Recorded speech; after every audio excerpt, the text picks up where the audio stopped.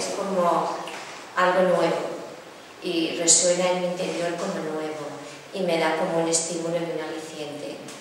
Entonces, pues, en la medida veo que despiertan mi intuición o que me sirven para comprender más y para dar más luz en mis dudas interiores, en ese sentido, pues yo los valoro. Y nada más. Vamos a ver, el tema de los maestros se puede encarar desde muy diferentes perspectivas. Habrá gente para los cuales el término de los maestros sea una mera entelequia, sea una mera imaginación, sea un egregor astral, o sea simplemente un conocimiento, aunque yo me atrevería a decir que conocimiento como tal no, información leída en algún libro sagrado, supuestamente sagrado, o que alguien se lo ha contado. Bien, quiero romper una lanza. El maestro existe. Y el maestro del que habla literatura teosófica y esotérica, la literatura que todos más o menos alguna vez hemos tocado, ese maestro existe. Ahora bien, no tiene nada que ver con la cantidad de estupideces que se dicen por ahí, de que el maestro me viene a visitar cada día, de que el maestro me cuenta esto, me cuenta aquello. Solamente casos como Bailey, Blavatsky o Vicente Beltrán y algún que otro discípulo que está trabajando en la sombra en estos momentos en Europa, en España y en el resto del mundo, tienen el privilegio de que una conciencia de una quinta iniciación, que ya no es humana, pueda contactar telepáticamente cada día, incluso llegarse a manifestar en un vehículo artificial, en un Mayavirupa, y comunicarle algo. Pero esto se hace para aquellos discípulos que afortunadamente no son conocidos por la humanidad, y los hay, no se pueden dar nombres, que tienen ese raro privilegio de que se le aparezca el maestro delante, en forma física, y comente algo con él. Jamás el maestro viene a dar órdenes. Esa tontería de que todos tenemos un maestro y de que el maestro lo ilumina, eso es falso. Eso es un espejismo del aspirante. Hay que decir una cosa, solamente se puede llegar a entender el término de los maestros si hemos aceptado un poco lo que significa el estado de conciencia de la raza aria. Es decir, si el manas verdadero está despertado en nosotros. Si trabajamos solamente a través del plexo solar, vendrán esos maestros que todos conocemos, que por internet están y que cada día no tienen otro trabajo que hacer que dar comunicaciones a su amado discípulo tal o a su amado discípulo cual. Incluso suplantando a maestros como Juan Hul, Kutumi, etcétera, etcétera. Pensemos que en el caso de Moria, Kutumi, Rakotsi, bueno, el famoso Saint Germain, estamos hablando de conciencias de una sexta iniciación. Nosotros estamos a millones de años luz de esas conciencias. ¿Cómo se van a molestar desde el lugar en el que están? No el plano búdico, como se nos ha enseñado, están en el plano átmico. Prácticamente son mónadas. ¿Cómo se van a malgastar la energía cuando es una ley sagrada, la ley de economía? Es una ley sagrada en el esquema evolutivo del logos.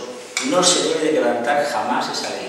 Cuando se hace, es para obtener un beneficio máximo, es decir, porque el discípulo o el grupo lo merece. Y otra cosa, anoche lo hablamos como la conciencia acuariana, el maestro de estos momentos no pierde el tiempo con una individualidad.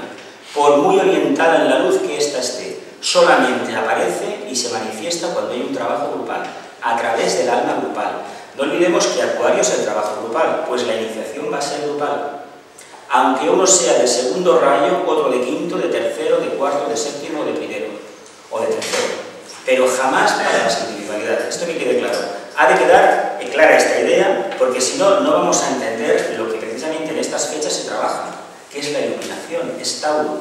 Ese ojo de toro lo vamos a entender. Y ese ojo de Tauro debería de estar despierto en cada uno de nosotros para disipar los espejismos. Porque si no, como comentaba el compañero, hay gente que dice que tiene un maestro. La gente que dice que tiene un maestro, hay que decir una cosa, nos debería dar un poco de pena, y pena por nosotros, que todavía confiamos la dirección de nuestra conciencia a otro. Eso significa que somos unos completos ineptos, somos inútiles en tanto y en cuanto al esfuerzo que necesitamos para desarrollar nuestra conciencia, porque el verdadero maestro somos nosotros mismos. Evidentemente hay un periodo en el que estamos dando bandazos, nos estamos equivocando, caemos en un espejismo, nos levantamos, volvemos a caer en el otro, no pasa nada. El eje Tauro-Escorpio nos enseña muchísimo, no importa las veces que caemos, importa las veces que nos levantamos. Y cuanto más nos levantamos, más probabilidades revés, tendremos al final de convertirnos en un águila voladora. Es decir, acabar ese mito y acabar liberándonos de este estado de conciencia que nos ata a la forma. Apuesto por los maestros, pero no desde la perspectiva emocional y personal, sino como algo impersonal. Eso está ahí, pero lo que los maestros quieren es que nos parezcamos a ellos, que actuemos como si nosotros realmente tuviéramos ese estado de conciencia. Y por descontado, jamás desde la perspectiva personal. El maestro no está para ayudar a nadie. De la misma manera que Vicente insistió mucho cuando dio aquellas invocaciones angélicas, que no se debe de invocar los devas para las cuestiones personales, incluso con el mantra de curación, se dijo muy claramente, a nivel impersonal. Cuando ha habido un grupo que trabaja a nivel impersonal, el resultado viene. Si el grupo trabaja para potenciarse a sí mismo y para crecer a sí mismo, estamos muy mal. No vamos por el camino correcto. Y ya he dicho bastante. Mucho de humor, porque el humor parece ser que tiene la magia de conectarnos a todos, ¿no? Y quería hablar de Sálvame. Y porque estaba pensando en este momento, digo, ¿por dónde se está? ¿Dónde llegará?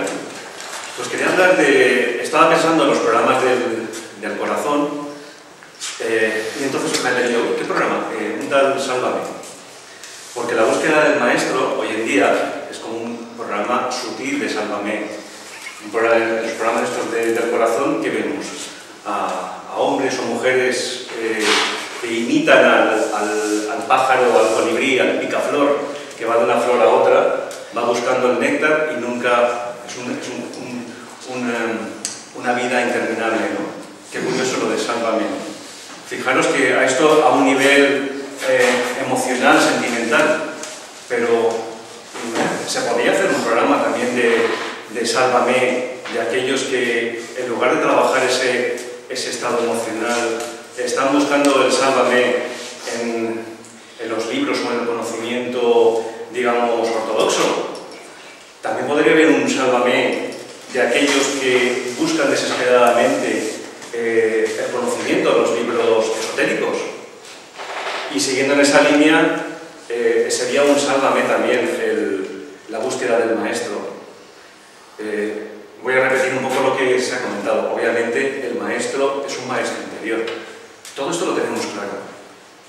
También tenemos claro que debemos de estar atentos, pero ¿esto cómo se hace? Porque muchas veces estamos en un nivel teórico. Yo lo que quería aportar en esta breve intervención es cómo podemos hacer, cómo podemos, lo que tú comentabas, Ana, de la parábola de para que Cristo venga debemos de preparar el camino. Pero eso, tenemos que preparar todos el camino para que venga. No, el camino ya está, ya lo podemos preparar. Y el maestro ya puede venir. ¿De qué forma? Pues mira, yo os voy a proponer una forma que funciona. Porque el maestro está ahí y siempre hay respuesta. José Antonio ha hablado de la meditación. Se puede llamar meditación, se puede llamarle un momento de retiro. Y en esos momentos de retiro, de meditación, estoy hablando ya de aspectos ya concretos. Si nosotros tenemos la capacidad de expresar a ese ser especial, que no le voy a poner nombre para no orientar ideológicamente a nadie, si tenemos esa capacidad de expresar nuestra verdad, cómo la estamos viviendo, no ya de pedir, Señor, quiero esto, eso, digamos, obviamente eso no va a funcionar, porque esto no es ningún tipo de petición que se pueda hacer. Entre otras cosas, porque a Dios nada más que le podemos pedir, Dios, no le podemos pedir aspectos de nuestra personalidad. Entonces, pero si en estos momentos de retiro somos capaces de expresar nuestra verdad tal como la estamos viviendo, ese sería el primer paso. Expresarnos, vaciarnos de nuestros deseos, vaciarnos de nuestras ideas, de nuestras acciones. Y después, en este método práctico que estoy exponiendo, es como cuando, por ejemplo, hablamos con una persona importante o alguien que le hacemos una pregunta. Si os dais cuenta, nos expresamos la pregunta y después ¿qué hacemos? Nos callamos, esperamos el silencio, esperamos la respuesta. Pues en estos momentos de retiro, tal vez después de este vaciado, es fundamental ese tiempo de respuesta. Ese momento en el cual, una vez nos hemos vaciado de nuestras ideas, de nuestros deseos, demos entrada a... Y esto es algo que es relativamente sencillo, solamente, como decía José Antonio, pues requiere una voluntad y seguramente una voluntad diaria. Y después, por lo que comentabas tú del esfuerzo, sí, pero este esfuerzo va desapareciendo poco a poco. Es como cualquier otro de los hábitos que podamos tener en nuestra vida cotidiana. En la medida en que lo integramos, desaparece. Entonces, después de ese vaciado, si tenemos la capacidad de ese silencio, de dar respuesta, la respuesta nos va a llegar. Y esto funciona, esto es un 2 más 2 igual a 4. Solamente que la respuesta no la esperemos con unas palabras que nos llegue por nuestro interior. Oh, Dios me está hablando, no, nada de eso. Generalmente esta respuesta nos viene dada como una especie de estado interior.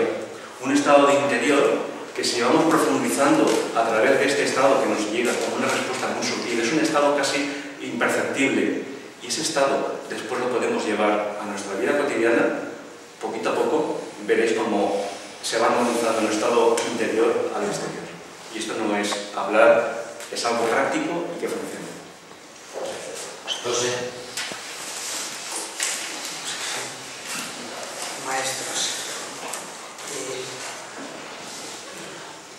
Mi vivencia y mi experiencia me dice que el maestro por antonomasia es la vida, pero la vida con mayúsculas, la que conocemos y la que está de alguna forma velada. Es la que realmente nos enseña. Y la vida, claro, estamos dentro de nosotros. Y bajo mi experiencia, lo que me dice que todos somos de alguna forma maestros y todos somos discípulos. Todos enseñamos a alguien y todos somos enseñados por alguien. No podríamos evolucionar ninguno de nosotros si no nos relacionamos con todos, con nosotros, con vosotros.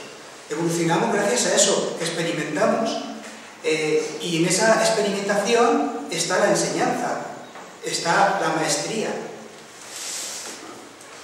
Y quiero decir también algo que siempre lo disociamos, ¿no? Lo que es el trabajo y lo que es el servicio. Y realmente es lo mismo. Lo que pasa es que el trabajo lo vemos como una carga y el servicio igual, y vemos que si lo hacemos con alegría, como creo que se ha dicho, viendo con un disfrute, y deja de ser un trabajo, porque para alcanzar esa sabiduría se requiere un trabajo, se requiere un esfuerzo, pero si eso se hace con alegría, con disfrute, al final lo ves que dices, joder, ha valido la pena hacer ese esfuerzo, de servicio o de trabajo, como se quiere llamar.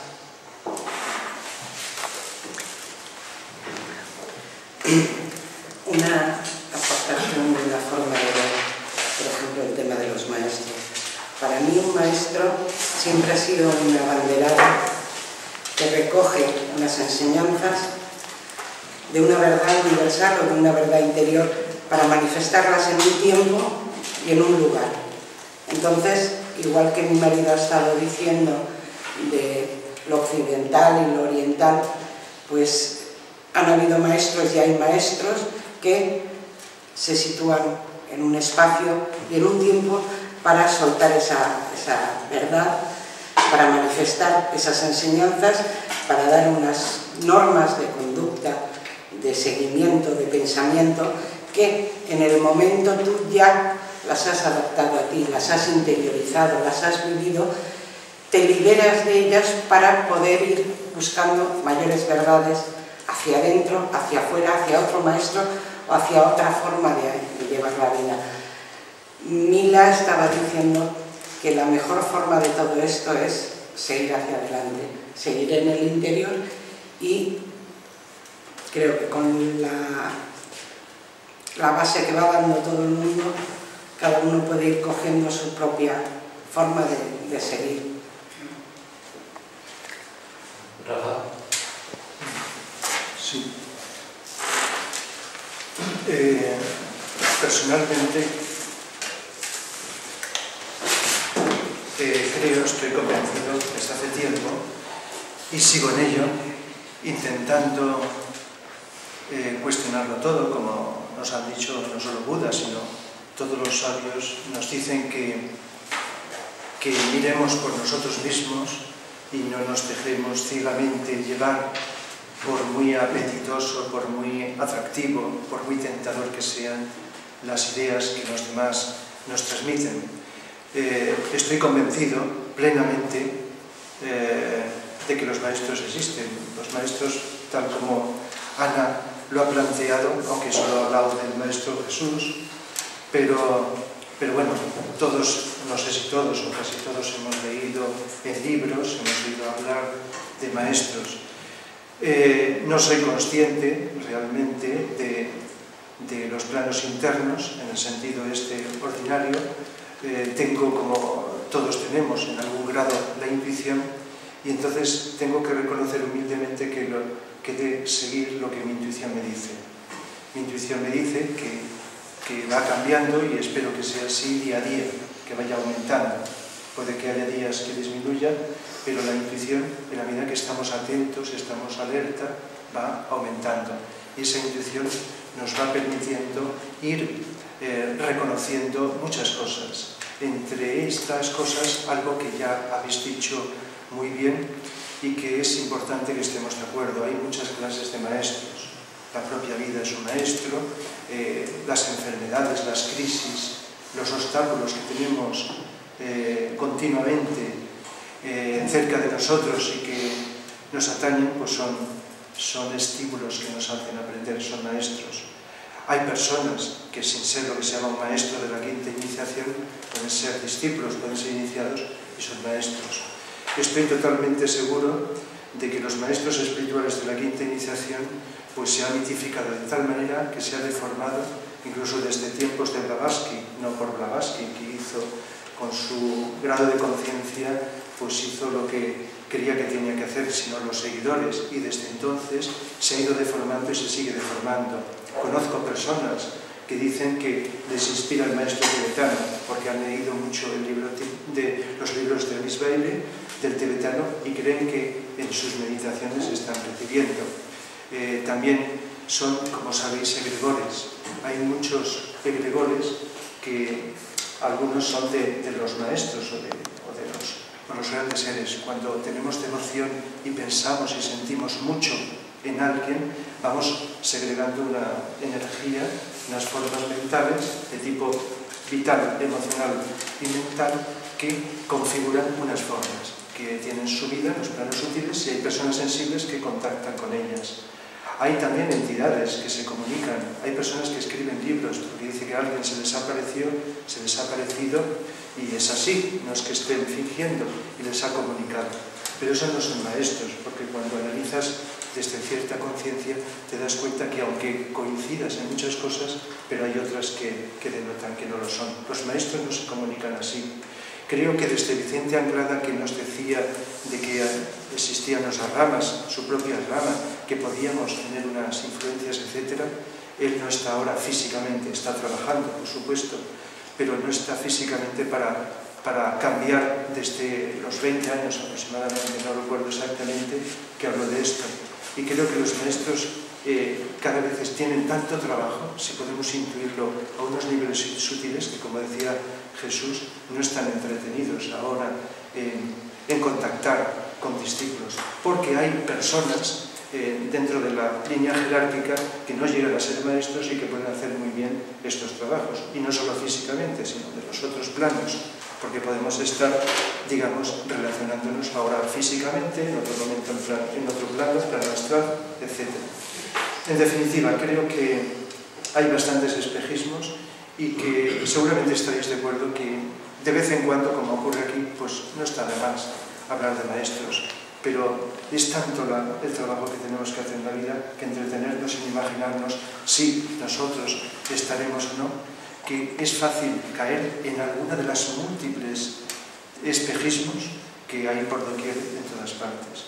De tal manera que, ojo con esto, porque cuando a veces se habla también de Krishnamurti, pues antes me he nombrado a Krishnamurti, al cual pues admiramos todos lo hemos leído, etc., él pues negaba a los maestros, pero él se inspiró, el primer libro que escribió, Los pies del maestro, se inspiró en su propio maestro, y él estaba en contacto, él no era un maestro, pero estaba en contacto con los maestros.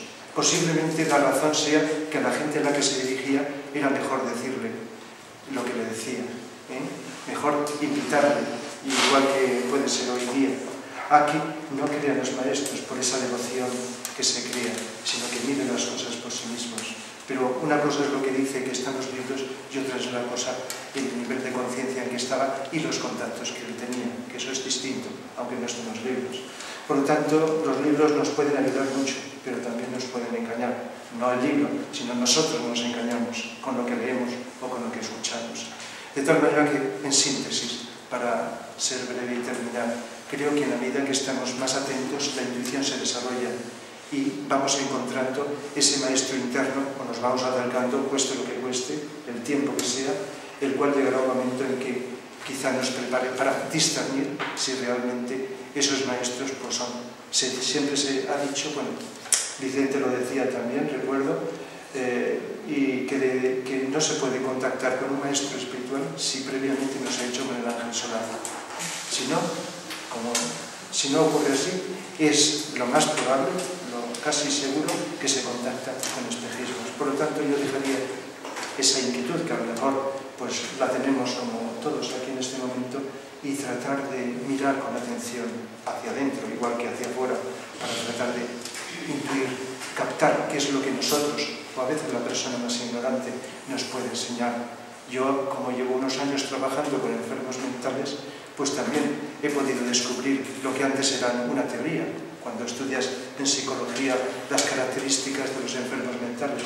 Y a veces te das cuenta que aunque estas personas por su carga están limitadas, pero también pueden ser a veces maestros, pueden estar enseñando. Es decir, que la persona ignorante, si estás atenta, puedes aprender de ella. Igual que también puedes aprender de un sabio, siempre que estemos atentos, estemos despiertos. Por lo tanto, maestros los hay, pero primero intentar descubrirlo dentro. Lo demás, pues ya vendrá por añadidura cuando tenga que suceder. Vale. Yo tenía una noticia cuando hablabas de la verdad y entonces pienso que lo que buscamos es la verdad, la seguridad. Voy a poner un pequeñito ejemplo para que veamos lo dinámico y lo veloz que es la verdad y lo inestable incluso que es la verdad. Si enseñamos una foto tuya en tu pueblo nativo, de cuando tú tenías 2 años, a las personas de tu pueblo dirán, esta es Ana, la hija de fulano. Pero esa foto misma la enseñamos en Córdoba y nadie sabe quién eres, ¿verdad que no? Y ahora enseñamos la tuya de ahora en Cabra y dirán, no sé esta señora quién es. Pues eres Ana, es la verdad, las dos son la verdad que sí. Entonces la verdad es tan dinámica como la vida. Ahora es una verdad y ahora es otra. La seguridad, lo que nosotros buscamos no es verdad sino seguridad. La verdad es la eterna duda, la inseguridad más absoluta, porque sabemos que la verdad de ahora va a ser el vector que con otra propuesta vas a marcar una raya intermedia que va a ser esta verdad de ahora y esta va a servir de vector para la otra y ese es el crecimiento interior. No pensar que tenemos nunca la verdad, porque la verdad absoluta solo existe dentro de nuestro círculo, no se pasa, pero no se puede trasladar a nadie, solamente para nosotros. Eso es una cosa. Y después sobre lo de los maestros, puede ser una simbología, pero es curioso que esa simbología se represente en muchísimas culturas antes que en Cristo. O sea, Cristo, después de lo de la cueva, de Belén, luego nos dicen que no se estaba ocupándose de las cosas de su padre. Eso quiere decir para mí que tenía que condicionar su vida a lo abstracto, a las cosas del Padre, a traer el cielo a la tierra, que es realmente vivir en lo abstracto. Pasó 30 años y luego solamente hablamos del Maestro Jesús, el más grande de los que tenemos corroboración de que vivió. Luego solamente se dedicó 3 años a ejercer, según dicen, que la entidad crística se manifestara a través de él. El problema de los maestros no es de los maestros, es de las personas que deificamos a los maestros. El maestro, no hay ningún maestro que desde que nace hasta que muera sea maestro. Las personas que dedicamos cierto tiempo a las cosas del Padre podemos de vez en cuando alguna vez, una vez en la vida, un mes, 2 años o 3 años, traer lo abstracto a lo concreto, el cielo a la tierra. Pero el problema de los demás es que queremos fiarnos de que ese es el maestro. Y sin embargo, la enseñanza es tan nueva, tan abstracta, que es como una semilla que se deposita dentro de nosotros y generalmente no identificamos a ese maestro. A la larga puede ser que sí, según el karma, según la capacidad. Pero creo que ese es un problema de las personas, no de los maestros.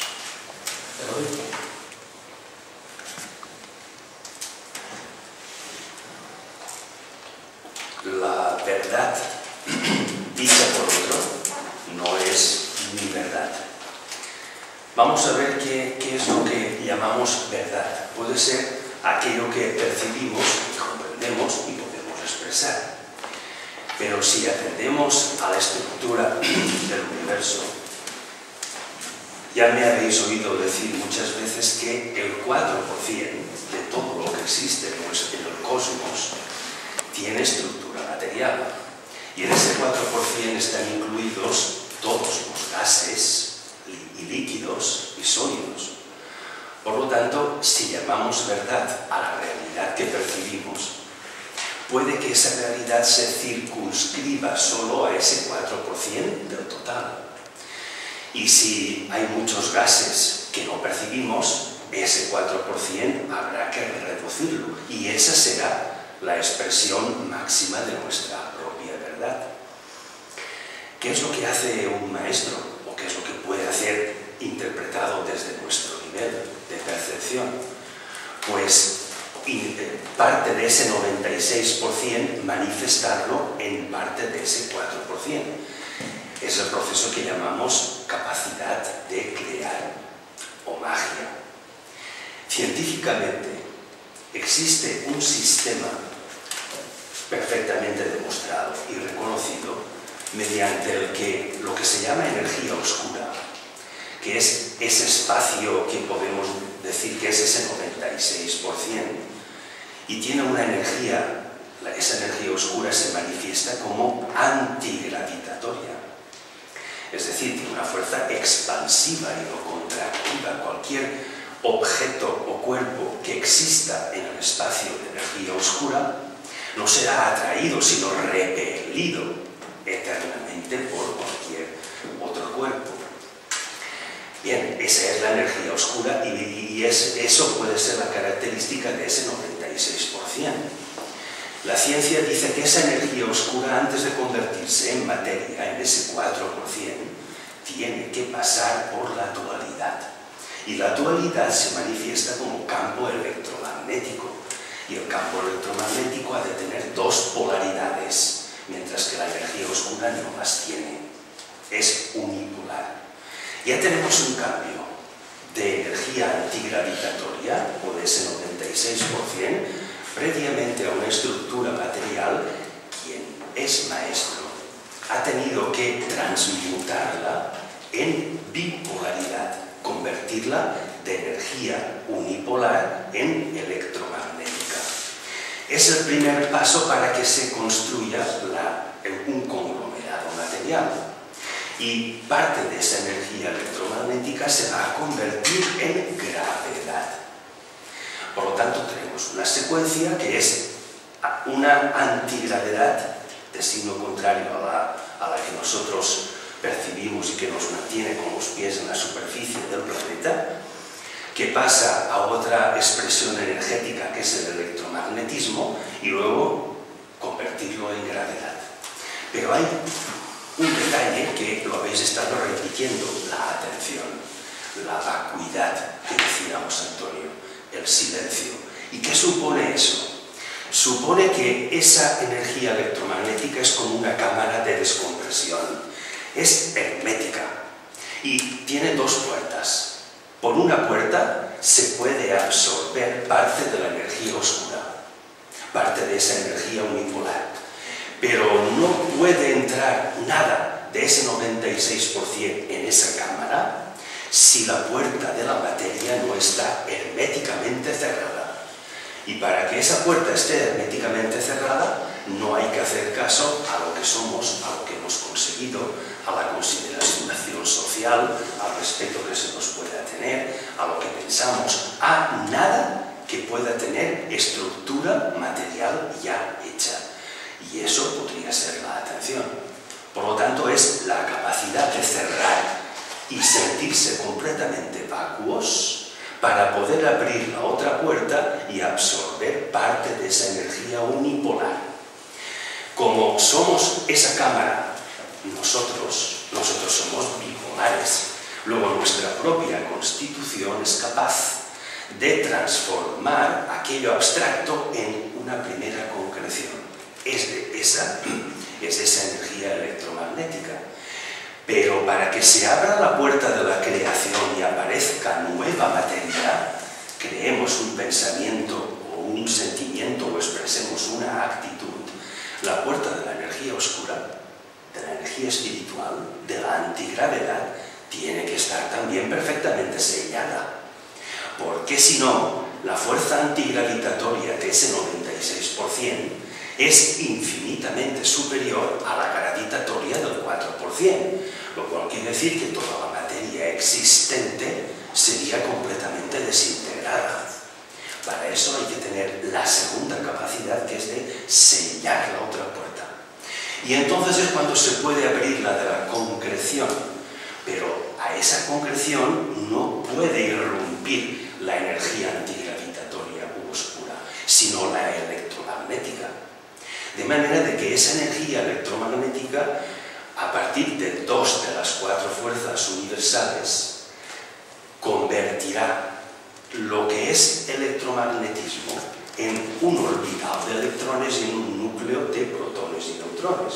Aparecerán estructuras atómicas que se agruparán, formarán conglomerados materiales y ya tenemos a la magia de la creación.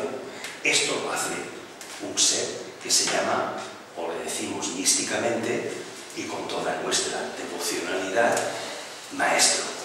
Pero fijaros, démonos cuenta de la importancia relativa que pueda tener un maestro. Solamente se refiere a la capacidad de crear dentro de ese poquito 4% tan grande que creemos que es un maestro y sin embargo tan poquito que puede crear. Hay pendiente todavía una enorme capacidad que otros seres mucho más allá de lo que llamamos maestro convierten parte de esa energía antigravitatoria en otros conglomerados materiales. Pero el proceso siempre es el mismo. De hecho, la vida, ¿sabéis que nace a partir del carbono y de la aparición de los aminoácidos? Pues el carbono nace en las estrellas. Lo cual quiere decir que el carbono nace en las estrellas y a partir de los núcleos de los átomos de hidrógeno. Podríamos suponer que el cuerpo de un maestro puede estar constituido por átomos de hidrógeno. Y esto ya nos lo han dicho varios. Y que las estrellas precisamente son conglomerados de núcleos de átomos de hidrógeno, que por un complejo proceso aparece el carbono. Y por otro complejo proceso, ese carbono va adquiriendo determinadas cualidades que hace que en combinación con los aminoácidos que aparecen, aparezca un organismo vivo. Fijaros que hay 7 energías. Atribuimos a esas energías a 7 maestros como regentes. Pues si estudiásemos a estas energías, no directamente, pero indirectamente podríamos conocer algo de los maestros. Y hay un referente en el que a partir de unos 1100 kilómetros de altura de nuestro planeta hay una energía unipolar predominante, que es la carga protónica de la ionosfera. Hay cargas eléctricas positivas. En nuestra atmósfera, aproximadamente entre 2 y 4 kilómetros de altura, predominan las negativas. Pero entre esos 2-4 kilómetros y esos 1000 y pico, hay una mezcla de ambas. Tenemos la expresión física de las 3 energías principales que denominamos primer rayo, segundo rayo y tercer rayo. La interacción entre ellas hace que haya unas zonas en las que continúen predominando las positivas y otras las negativas. Y eso da origen a 4 expresiones energéticas más. Para poder expresarlas en lugar de energías le llamamos maestros y les damos un nombre y les damos una serie de cualidades relacionadas con la astrología, etcétera, etcétera. Pero el comportamiento de estas energías dice mucho de todo lo que leemos místicamente respecto de estos diferentes maestros, cómo actúan, por qué actúan, interaccionando con qué. Y para no extenderme más, lo que decías tú de que Adán estaba medio dormido y tal, es curioso que la duda sea femenina y que no exista el dudo. Parte intuitiva. Pues la duda es muy inteligente. Bueno, yo entiendo el concepto de maestro, todo aquello que me enseña y me muestra, ¿no? Algo. No en el sentido de que me está indicando qué es lo que tengo que hacer, sino que me está invitando a aprender. Y de alguna manera también me conmueve, ¿no? En el sentido de que me mueve desde el corazón y me invita en ese sentido a descubrir. Entonces, en ese sentido, puedo entender el concepto de maestro desde vivir desde mi propio maestro interior, pero también desde aprender desde el maestro interior también de los demás. Y aprender desde el maestro, que en definitiva es la vida de todos los días, la vida cotidiana, ¿no?